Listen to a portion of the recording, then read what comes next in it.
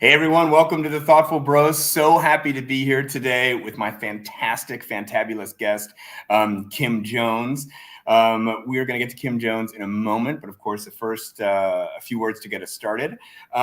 We are live streaming to you today on February 1st, the first day of Black History Month, I might add. Welcome to everybody watching on Twitter, on Facebook, and on YouTube. We're here on the Thoughtful Bro every Tuesday at 2 to talk about what makes great books tick and what makes great authors tick. Mighty Blaze, for those who don't know, is an all-volunteer initiative. We started at the beginning of COVID because all our friends' book tours got canceled. So we wanted to help writers reach readers virtually. And frankly, it's been a smashing success. So thank you guys, everybody who watches, for all your support. Like I said, it's volunteer. We're not asking for any money. If you want to show a little love to the Blaze, just give us a like, give us a follow on Twitter, LinkedIn, Instagram, YouTube, anything. Just like us and follow us, and that would mean a lot to us. If you want to find out about what we're up to every week, you can go to our newsletter and go to amightyblaze.com and sign up for our newsletter. We never spam anybody. We send an email out every Sunday night that says, here are the interviews coming up.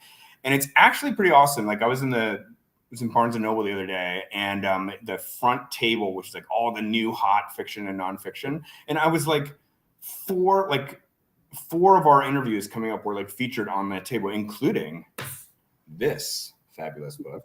But yeah, I mean, look, we're always trying to keep it fresh at the Blaze.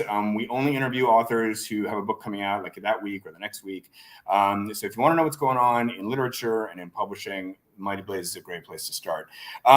So we don't ask for money, but if you are in fact in the mood to spend money, please, I would recommend that you spend it on books like How We Can Win by Kim Jones. It is such a great read. It is a passionate read. It is I'm a fan of the gem of a book, like the slight gem, the sub 200 page gem, like that you can read it in one sitting. Like that is what kind of book this is. It's going to take you on a ride. So please go ahead, open a new browser tab, and we'll put the link in the chat about how you can buy it on bookshop.org.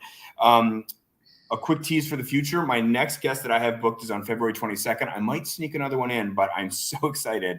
Eric Larson, who wrote the book Devil in the White City. He's one of the best-selling nonfiction authors of our time. He's got a new book out in paperback called The Splendid and the Vile. It's about Churchill and the Blitz during World War II. So that book is just a mega uber bestseller, and I'm like, can't believe Eric agreed to come on. He's like one of my heroes. So Eric Larson, that's on February 22nd. We also have Pulitzer Prize winner Jennifer Egan, and also Emily St. John Mandel coming up. It's going to be a great spring. But without further ado, Kim Latrice Jones is an American author and filmmaker known for her New York Times bestselling young adult novel, I'm Not Dying With You Tonight, and for the viral video, How We Can Win, published during the George Floyd protests. In 2020, a 7-minute video featuring Kim using the Monopoly analogy to explain the history of racism and its impact on Black Americans went viral. And I mean, it went viral. Millions of people watched this video. It was shared by Trevor Noah, LeBron James, Madonna. The video was on Last Week Tonight. She, in her new book, How We Can Win, expands on these ideas about how Black Americans can thrive in an economic system that has historically excluded them. Her book discusses the history of systemic racism and steps we as a society and individuals can help to make a change. So Kim, thank you so much for coming on, and congratulations on the book. Thank you. Thank you so much for having me on. I'm excited. Of course. This is so exciting. I read the book yesterday, and I read it in one sitting. And I had been like really, I'd seen that video, God, it's like years ago now, or whenever it came out, it was a year and a half ago or so, a few years ago. And it was just such a joy to revisit it. I mean, when I say joy, I mean joy in the sense of like it's emotional. It's a very emotional read. It's a powerful read, and I love just how it expanded on what was so great about those 7 minutes, which were just kind of blew everybody away. Mm-hmm. So anyway, I want to talk a little. Let's just like dig in by starting with that video itself. I mean, I think that video. It impacted a lot of people. It certainly changed your life. So like, let's just like go back to kind of like right before that. Talk to me about like kind of like the activism work you were doing and kind of like what led you to appear on camera at that particular moment. Well, it's funny because it starts like kind of like a few months prior to that when I tried to organize a community cleanup in my neighborhood that I was living in at the time, in the neighborhood of Bankhead. And I really didn't get any support. Like I had some organizations that gave me like free stuff for the cleanup. And then I wanted to clean up like 10 blocks that day. So I was hoping like 30 or 40 people would come and we could clean up the neighborhood. We had this beautiful art installation that was covered by like old mattresses and all this stuff. And like 3 or 4 people showed up. And so, like the little handful of people, we were able to get that block clean, get the installation clean, and a little bit of a second block. And that was kind of it. And it was like really disappointing because I understand how important the beautification of your neighborhood is to like your mental psyche, you know? And so I was like, oh man, this is really sad. And so then a few months later, fast forward a few months later, and my friend David Jones, who was doing a documentary about the civil unrest, asked me to do some man on the street for him. And I was interviewing people. And as I was interviewing people, that morning, this was before another protest was happening, they were cleaning up from the riots that had happened the night before in Atlanta.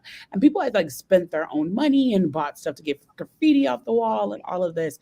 And I was interviewing people and I was asking them why they were cleaning up. And then I realized that most of them didn't live downtown where they were cleaning up. And I was just like, so what motivated you to like come and clean up downtown? And these were all like well-meaning people, like upwardly mobile Black people, well-meaning like liberal white people. And the narrative from all of them consistently was, we don't want the rioting to affect the message. We don't want them to think that this is what all of us in the movement are doing. And it kind of struck me in a really weird way because I'm just like, you are activated by the gaze of our opposition, but not activated by what we need to do internally as a community. And that kind of bugs me a little bit. And so I started talking, and David turned his camera on, and he was just like, just keep talking. And that 6 minute, 46-second video is what came out.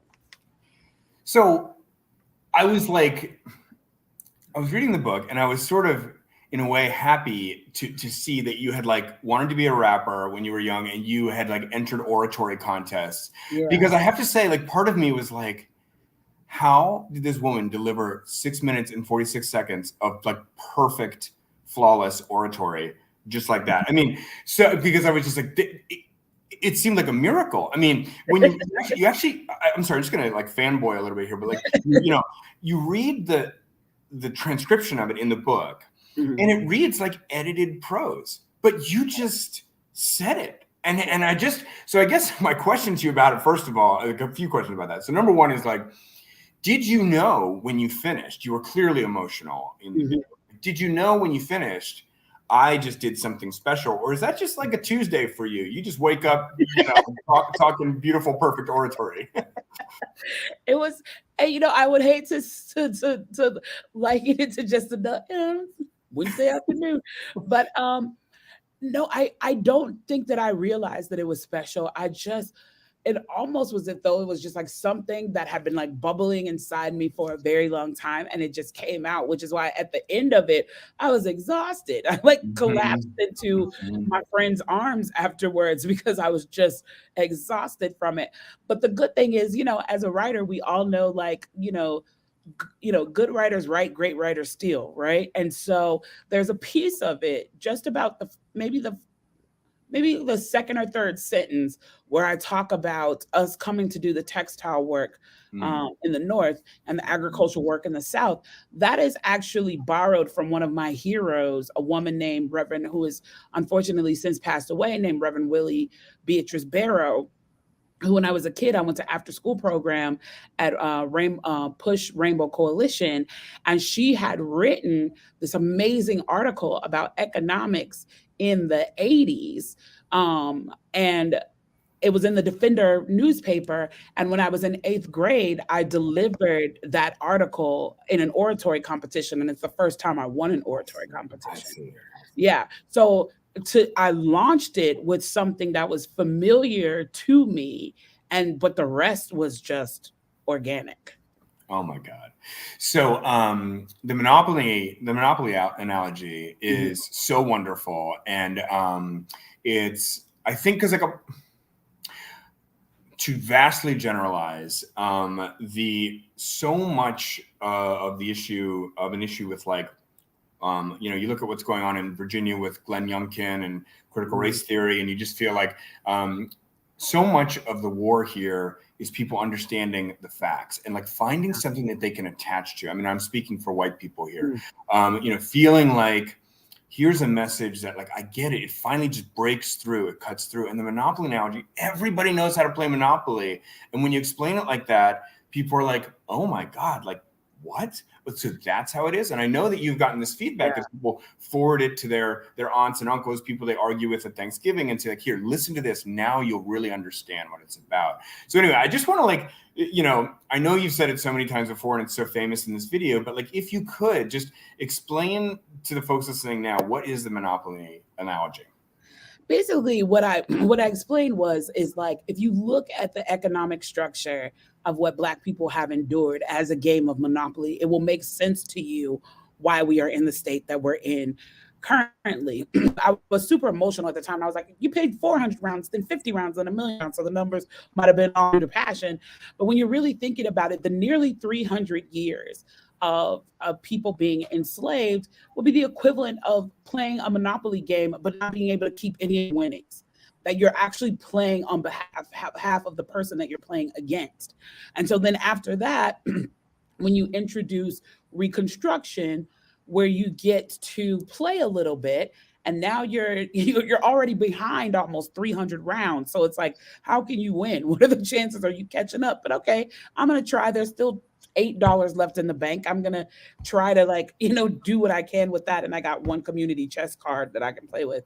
I'll see how I can make this. I'll see what I can do. I'll do my best with it.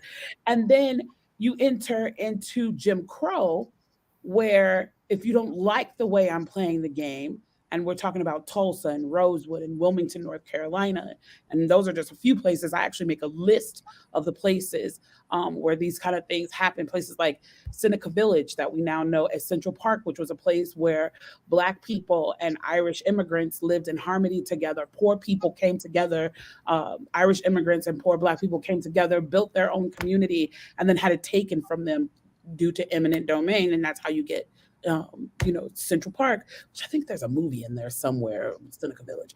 Sure. But so then it's like the destruction of the game. Like, okay, so now we've built these towns where we can live in harmony, and Tulsa, they literally dropped bombs on people and to destroy that. And so it's like, okay, you survive, you know what I'm saying? You survive Jim Crow, and now we come out on the other side of civil rights, and now the language is, well, pull yourself up by your bootstraps. Well, I don't have boots.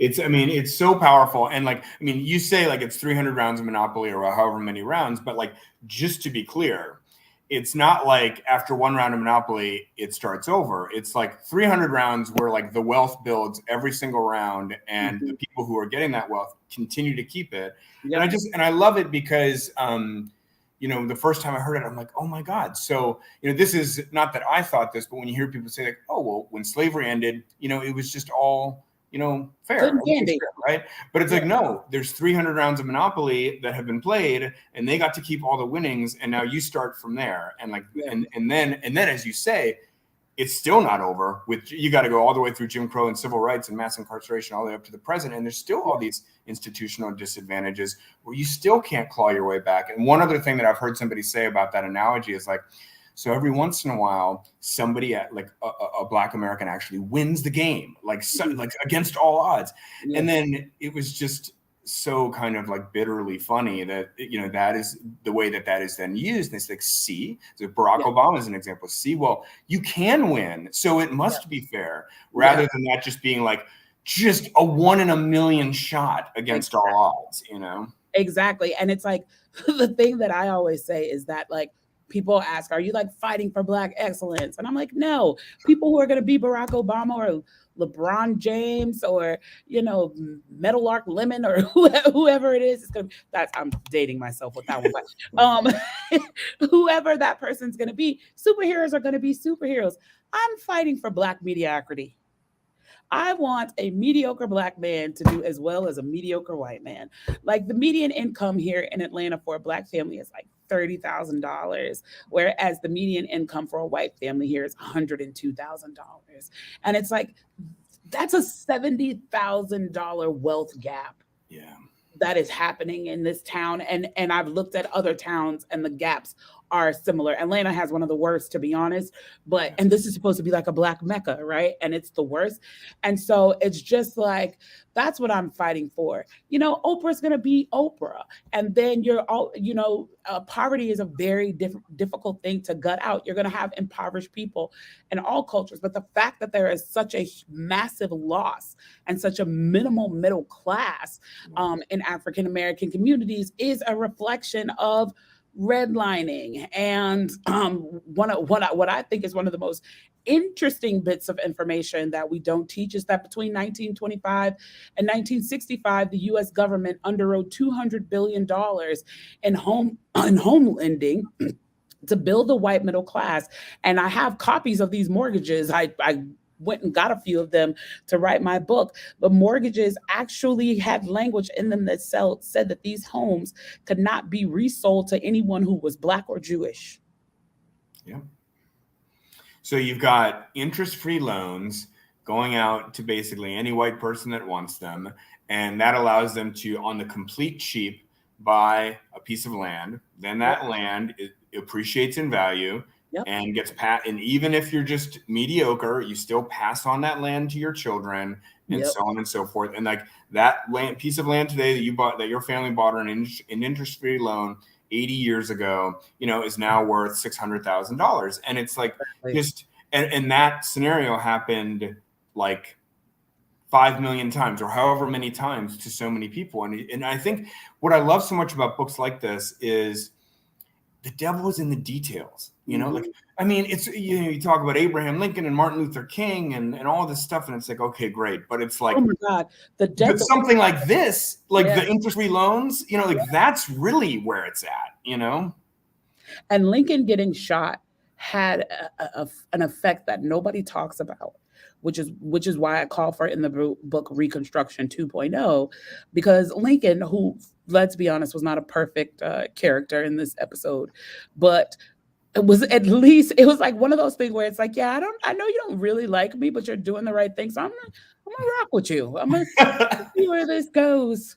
I'm gonna side eye you, old Linky Link, but I'm gonna see where this goes. And fortunately for me, being a native of Illinois, I had to learn everything I could learn in life about dang on Lincoln. And so from the log cabin tales to whatever he had going on to his beard regimen.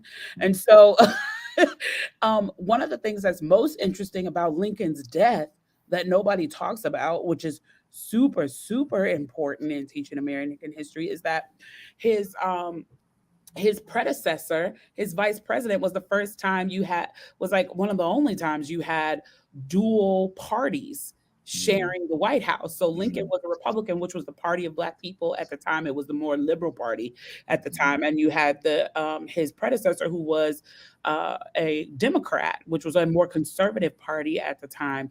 And so when Lincoln was shot, it literally party changes office. So ideology changes office completely. And so he thought that the people who, unlike Lincoln, he thought, as well as I know his name, is it Jackson that took over? Yes, it was Jackson. Or Johnson. Johnson, that was it. Of all the names, the blackest last name in the world, and then he's up to shenanigans. Johnson, shame on you. So he thought that the people who had the hardest time were poor white people in the South. And he was really pissed at the rich planter class. Like, he loathed them. He was like a super duper hater. This is how I teach history to the kids so that they get it. Johnson was a straight up hater, and he didn't like people who was balling in the South. He thought they were the worst kind of people, and he was like, "I know how. No cap. I'm about to like show them what I'm made of." And he's like, "If you want to get back into the Union with your little traitor behind, you're gonna have to come get a personal pardon from me. Bow, bow down, suckers." And what he did when he did that was when they came to get a personal pardon from him. What he did when he let them back into the Union was he gave them 40 acres. Now, where is he going to get these 40 acres from, right? General Oliver Howard, who Howard University in DC is named after, was running something called the Freedmen's Bureau, which was basically like a glorified transition team to help formerly enslaved people adjust into society and have what they need. And Black people were lit because they had all the skills. They've been doing all the work, so they were the blacksmiths, the plumbers, the ding dongs, the fricka-fracks. They knew how to build monkeys and throw land or do whatever needed to be done. And so they were thriving. And part of how they were thriving is they didn't give old Oliver over there, any money to run the Bureau. The amount they gave him to run it for a year was what they spent for a week in the Civil War.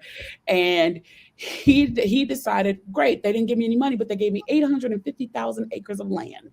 And that's what I'm going to do. I'm going to start passing out this land. He was like Oprah of land. He was like, you get some land and you get some land. Everybody get some land. And he was giving people what? 40 acres, which is where that term, and every now and again, if he had an old mule, he'd throw a mule in. Yeah. So people always say, we didn't get that 40 acres and a mule. I wish that was true. That would be less devastating than the truth is that we were getting it. And fun fact, this is where the derogatory connection between Black people and watermelon come in. We didn't have entree into the big ball and stuff like tobacco and cotton. But watermelon seedlings were very, very, very cheap. And so Black people started producing like something like 80% of the nation's watermelon, controlled an entire industry. So in polite company, you wouldn't say Negro, you would say the watermelon picker. And that's the root of that.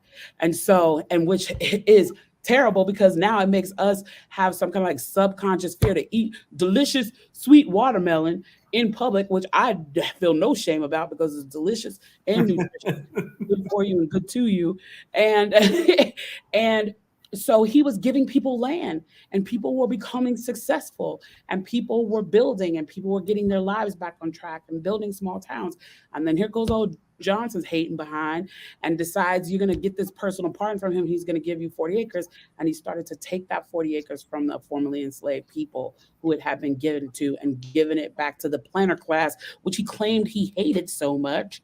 And this is why we talk about whiteness as a construct, because it's not even like really like culturally based. It's a construct that was created to form unity. It was really created to trick poor white people to say, look, join us in our tomfoolery. Right. You may be poor, but you're better than the Negroes, right? You get more stuff than them and have since this day worked to have them vote against their own interest for the sake of being able to participate in the white supremacist delusion. And so, yeah, like, where was I going with that story? I don't know.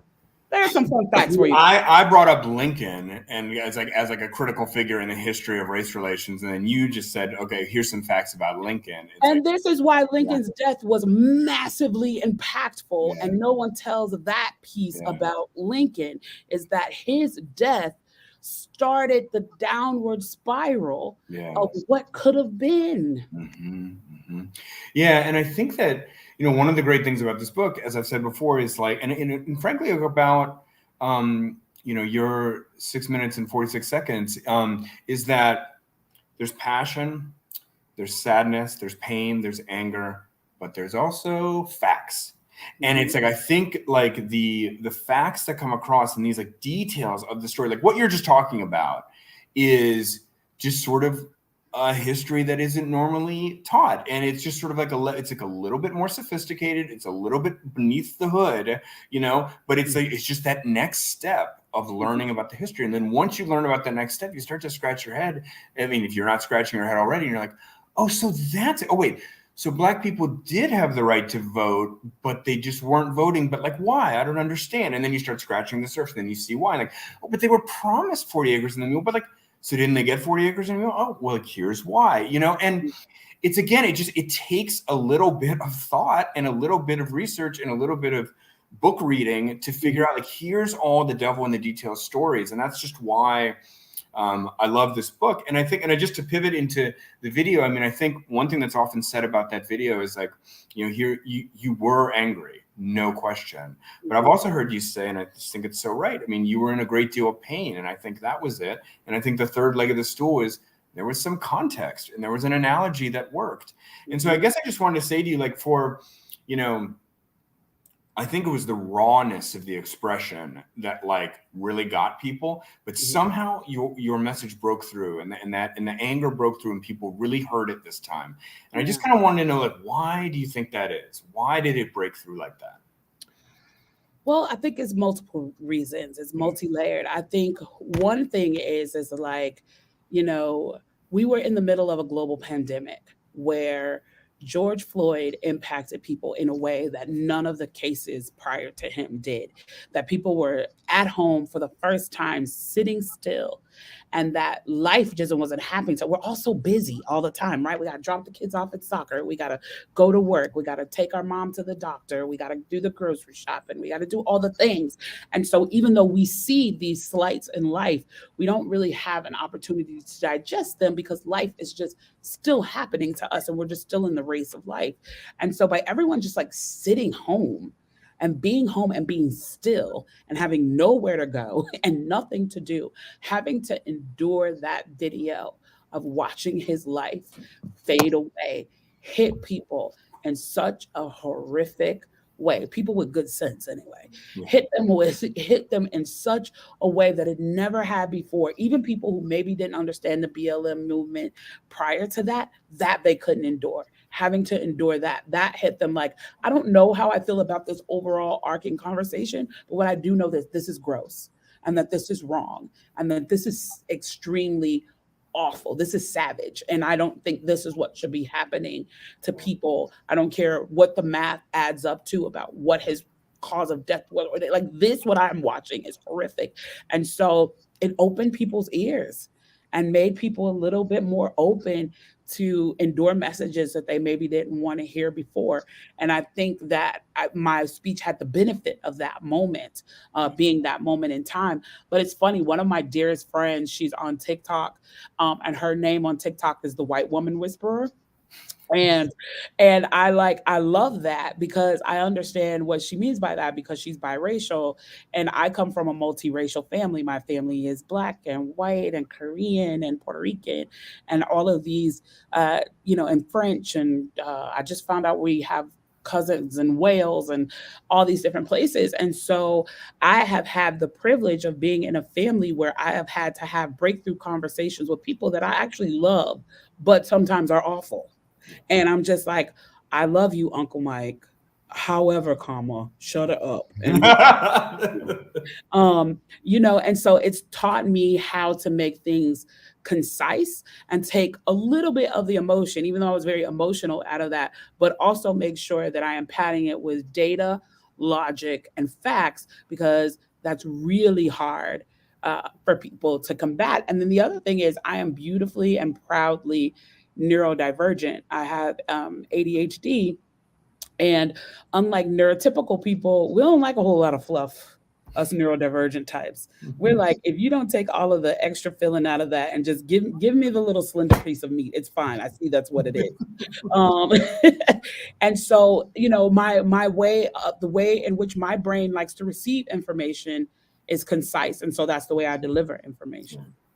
Yeah, and we're going to post, I think I've been looking at the chat, but we have posted, I think, that video. But I mean, certainly if you haven't watched that video for whatever reason, just go and watch it. It's amazing. To pivot to the aftermath of the video for a second. I mean, LeBron James tweeted about it, Madonna, Trevor Noah, John Oliver, it really, it was sort of probably a before and after moment in your life in a way. Mm-hmm. But what struck me in the book was this comment you made. You said you were actually afraid of getting canceled.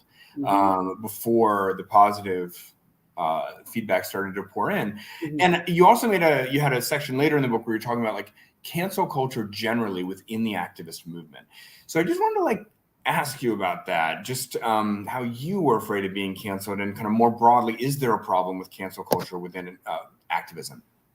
Yeah, I called my best friend Geely, who I is also a social justice activist, and she and I co-author our YA novels together, where we write these dual narrative books told from the perspective of a black girl and a white girl, and Geely is white.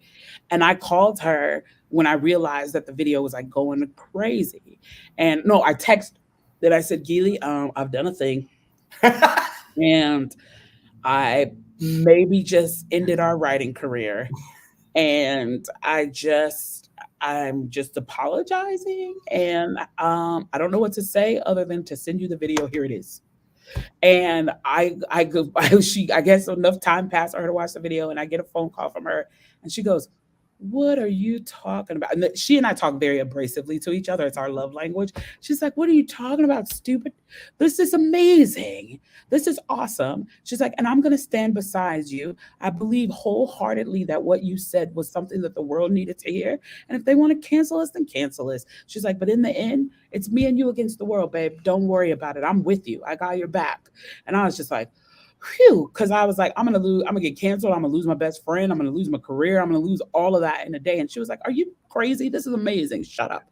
Yeah. Run with it. See what happens." She's like, "Anybody who dumps us because of this, they're people we don't need to know anyway." That's right. And so I love that beautiful redhead. But um and so yeah, and so I was worried about that. And I do think, first of all, I hate the term cancel culture, right? Because it already sounds like you're like coming in with a knife. You're canceled. And I do believe that it has its place in the sense that if people do really dubious Disney villain level things, that we should be like, okay, I am not supporting you and your tomfoolery, and so we're not going to give a platform to you so that you can indoctrinate other people into your harmful shenanigans. Where I do take issue with some of what I've noticed that's happened in cancer culture is that we take people just being human in that they're going to screw things up. I myself am going to screw. I am not a deity. I am going to have days when I screw things up, and you're going to notice when I screw things up even more now because I'm a public figure and I have a public platform. So when I screw up now, 5 people don't notice it. 500,000 people notice it. Yeah. And so I think this notion that we have gotten to a place where we don't offer people a road to redemption is it makes me nervous, because we are asking people to grow while simultaneously saying that your growth has no value. Yeah. And I'm concerned about that. It's certainly a big issue, and that's an awesome perspective on it. I want to talk about white people for a second. I want to talk Got a about. bunch of those in my family. By the way, I noticed before when you were talking about, you were like saying mediocre black people, mediocre white people, and I feel like you sort of were pointing at me a little bit when you said mediocre white people. No, you're special part. Okay, I'm gonna let that slide. Nothing mediocre about this hat. Okay, $15 on Amazon. So listen, I think, so one of the things that you have said and has been observed about that video, this book, you in general, is that, it reached white people. It broke through the noise. White people were like, oh my goodness. And they really paid attention. And I think that, far from being a representative of like all white people, but I certainly can speak like as to like the average kind of white person kind of confronting these kinds of ideas. It's like it stirs you up. And it stirs you up inside, and I know that a lot of people, like through this whole George Floyd thing and all its aftermath and Ahmaud Arbery and everything that's been going on, you just so stirred up inside. But then there's a feeling too of, I don't know what to do with my feelings. I don't know where to go with this. How can I support? Certainly there's a lot of support that, one common outlet is social media. And so you kind of tweet about things and how you're feeling and what you're seeing. And that frankly is a lot of what created all the George Floyd situation. Yeah. But I was reading one of the best books I've read in a while, other than your book, is this book. Cast by good one. I love Isabel Wilkerson. Oh my God, that she can write. I mean, the prose is just so off the charts. But without going too deep into Isabel Wilkerson, who's so great, one of the things she says in that book is she says it's the responsibility of the dominant caste, meaning white people, to develop radical empathy. And, she says your job is not just to tolerate people, but to love people. And I just like the thing I guess I just want to ask in this context of like, what can white people do? And Isabel Wilkerson is there saying, number one, develop radical empathy. But I guess like sort of my question to you is around kind of like the connection between like empathy and just getting educated. And I just feel like the more you're educated, the more empathetic you become, the easier it becomes to get that radical empathy. And there's this, I want to read, I know this question is going on for a minute, but I'm about to finish. There's this great quote in your book. You said, it just sums it up so clearly. You say, slavery is how we got here. Reconstruction was our brief moment in the sun. Jim Crow was America showing us how they really felt about us. And the civil rights movement was the way we proved to ourselves that we could save our own lives.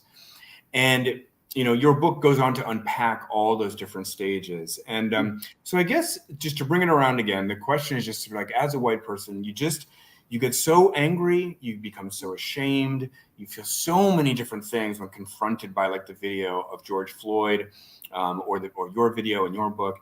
And empathy is one thing that you can do with these feelings, developing that empathy. But I just wanted to ask you, like, just talk to white people here for a second and just be like, what do you do with all those feelings? Yes. First of all, if you're following my Uncle Michael, who is a white man, unfollow him because he's terrible. Then, he's gonna see this and be like, you little shit. The first thing that education, Conscious Lee says this all the time. I think it's like the most brilliant thing. He has two lines that I always steal from him that he says, education is elevation. And he always says, research over me search. And so I think that the greatest way to nurture empathy is through education. We talk a lot about the miseducation of the Black child, but it's really the miseducation of the American child overall that has kept us there. All of this knowledge that I dig around and find, that people like Isabella dig around and find, Black people don't know it, white people don't know it either. No one knows it. It's like you said, it's the devil in the details. It's all that stuff that is swept under the rug, which is why I think it's hilarious that we're having a conversation about CRT and the tenets of CRT are not actually taught in schools, but that's another conversation. But it's like, so the first thing you can do is educate. And the most revolutionary thing you can do is self-improvement.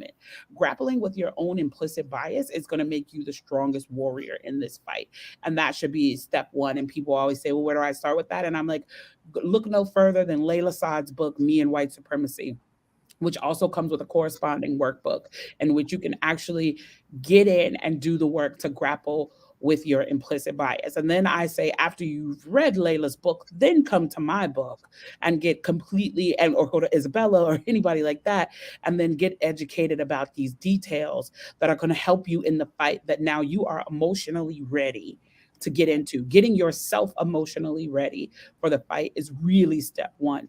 And then step two is education. And then for me, step three is going to be recognizing that it is not your job nor your responsibility to not only not change, it's not your job to change the world. It's not your job to change the country. It's not your job to change the state, but it is your job to change your neighborhood. It is your job to change your community.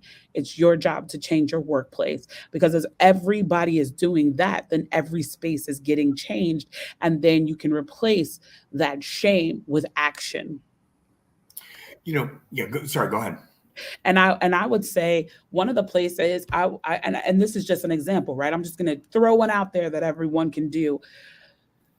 If you are moving to a neighborhood where that is underdevelopment, let's say gentrification is on the way, and you're on the community board, what you can do is walk into that space saying, I am entering a space. It is beloved as it is. I want to improve it, but I don't want to change it.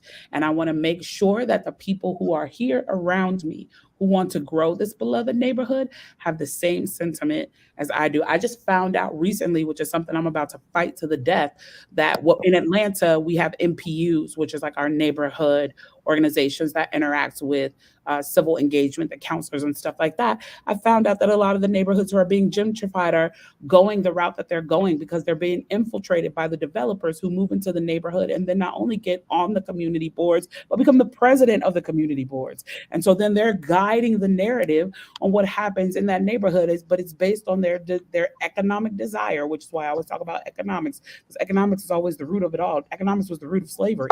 And so they're guiding the neighborhood according to their development desires, as opposed to what you think it is, which is people who just want to grow a new cool neighborhood. It's like they aren't even in charge. The developers are in charge. So the people have to start taking our neighborhoods back and saying, no, someone who's a developer in our neighborhood cannot be the president of the neighborhood committee. Let's 86 that. Yeah. Yeah. Wow.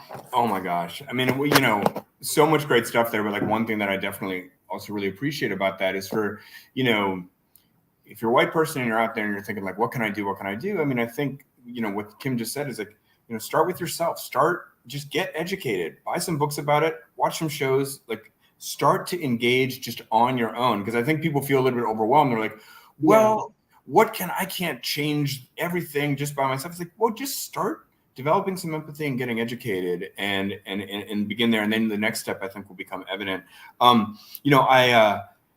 We're almost running out of time. God, this is like a chat with old friends. We've like never met before. And I feel like we're like catching up, like we've known each other for 20 years. Okay. So I have so many more questions, but I got to boil it down to a few that I really, really want to ask. So you put me on through this book to this amazing interview that I'd never seen between Nikki Giovanni and James Baldwin. Oh my God, isn't it amazing? Oh my God. It's like watching, oh, there's an old video of like Michael Jordan playing one-on-one with Larry Bird. Have you never seen it? And I'm like, okay. So this interview is so amazing. I mean, James Baldwin is almost without question my favorite public intellectual of the 20th century. He's just a joy to listen to no matter what he's talking about. And in this interview, what moved me the most, there's so many great things about it, but this question is going to take a turn in a second, but like he talks about how hard it is to be a Black man. And he talks about the expectations of a Black man and how like when there's so much, I mean, he was, this is like 1971, but he's talking about growing up in like the 30s, 40s, and 50s.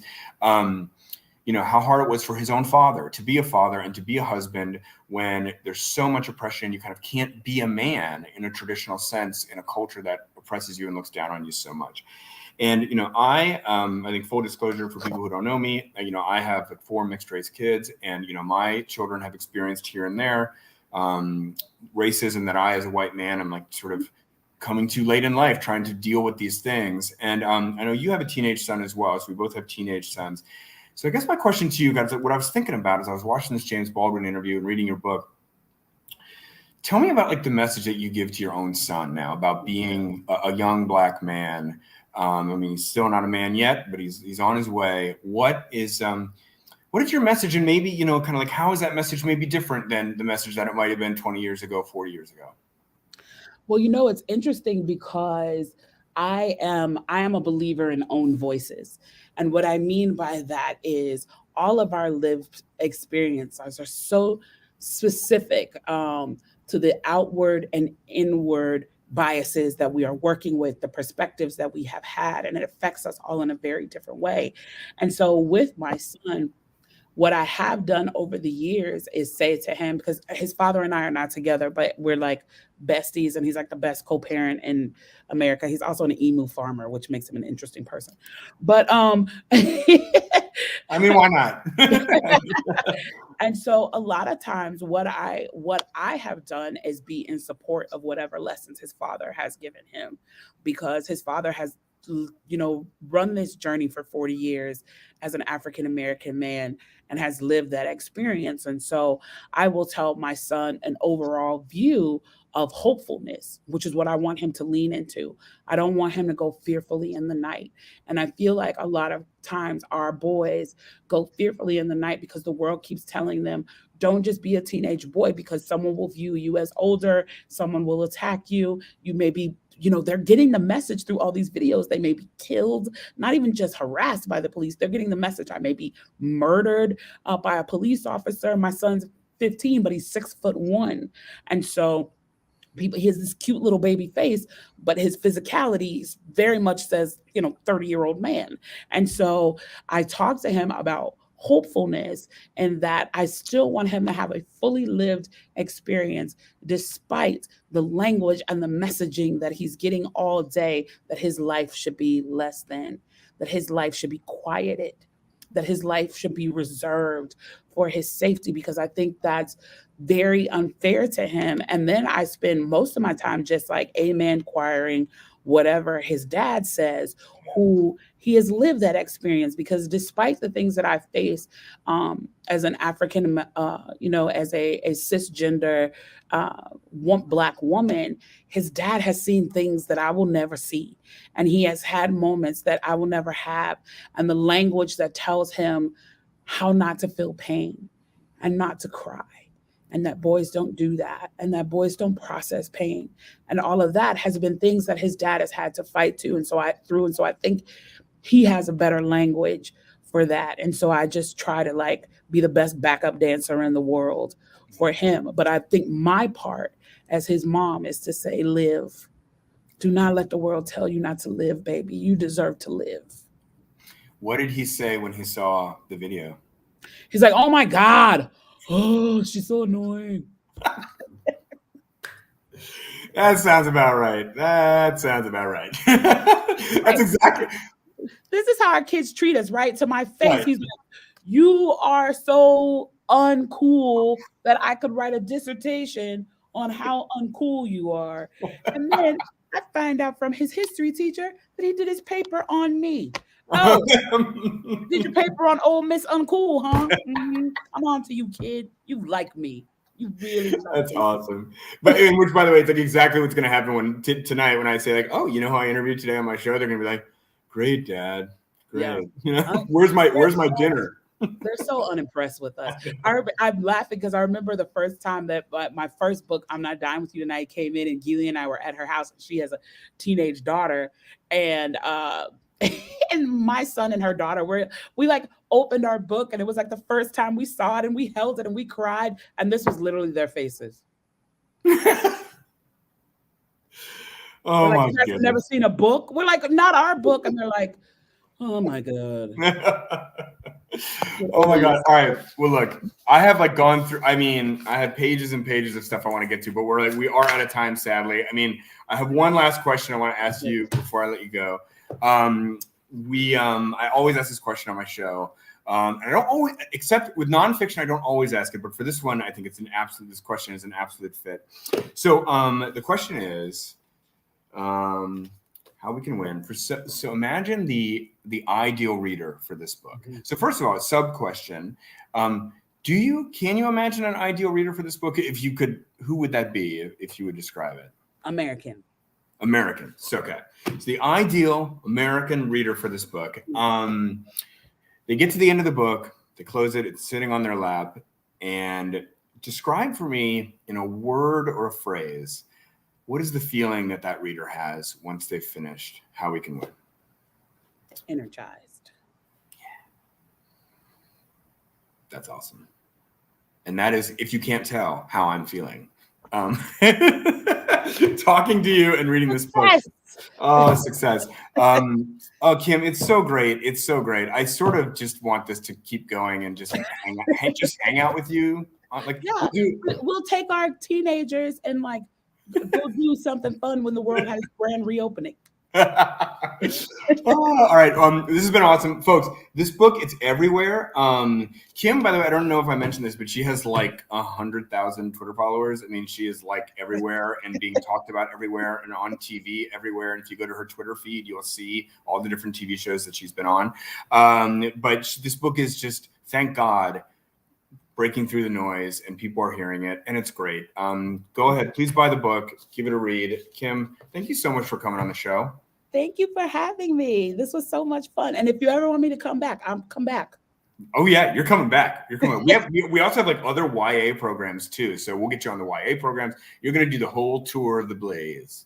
Yes. Well, if I come back for like Why We Fly, which is my most recent YA, you have to bring Gilly, because when I tell you she is a hoot and you're gonna freaking love her, you're gonna freaking love her. Hey, by the way, and before we go, is there anything you want to say about, I know there's so many awesome stuff happening like behind the scenes for you, and like, I can't even reveal it, but I know there's awesome stuff. But like, is there anything you can say about kind of other books of yours that are out there, or other things kind of coming down the pipe for you? Yeah, so I'm Not Dying With You Tonight. The film rights have been purchased and it is in development right now. So you guys will probably, fingers crossed, you know how Hollywood is, things change. So hopefully that'll be coming to a screen near you sometime soon. And the other thing that I'm like super duper duper proud of that I'm working on right now is I'm working on a program with the city of Atlanta called The Root. And what we discovered was that 60% of the crime, low level crime that is being committed in the city of Atlanta is happening with kids between the ages of 13 and 24. And so I'm working with our new mayor, who is amazing, and he's already off to the races, doing a great job. My organization, TPU, is working with the mayor on a program we created called The Root, which is we are going to give paid internships to marginalized kids between the ages of 16 and 24 with a minimum pay of $15 an hour. And it's also going to be simultaneously a mentorship program, offer free mental health services to them, and economic study to them as well. And so we are planning to launch The Root in June, but it has been approved by city council and is moving forward. So I'm excited about it. So if people wanted to find out about that more, should they just follow your socials, or is there a website for that? Yeah, they should follow my socials, but they should primarily follow my organization, which is TPU, The People's Uprising, and it's thepeoplesuprising.org. Got it. Okay, we're going to put a link to that in the chat right now. That is awesome. So much exciting stuff. We're definitely having you back. Everyone who watched, thank you so much. Thank you for your comments. Thank you for watching. Please buy the book. And so I'll see you maybe next week, maybe the week after, but definitely on February 22nd with Eric Larson. That's going to be amazing. So we see you there. Kim, thank you so much. Thank you. All right, we'll see you next time, everybody.